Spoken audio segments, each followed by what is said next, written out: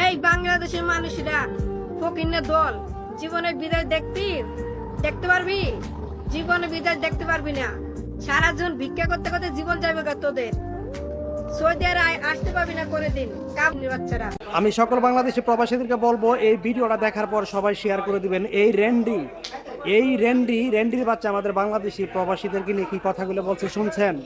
আমরা কখনো প্রবাসী মেয়েদেরকে গালিগালাজ করতে চাই না, যে এরকম কথার কারণে তাদের মুখে জুতা পিটা করতে চাই। কেন জানেন?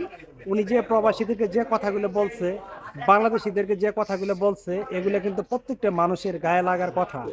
আমি শুধু একটা কথা বলতে চাই, বিদেশ আইসা উল্টাপাল্টা ভিডিও করো, জুতা পিটিয়া করে একদম অনলাইন থেকে তোমাদেরকে বাইর করে দিল। ঠিক আছে, উল্টাপাল্টা ভিডিও করো, তাই না?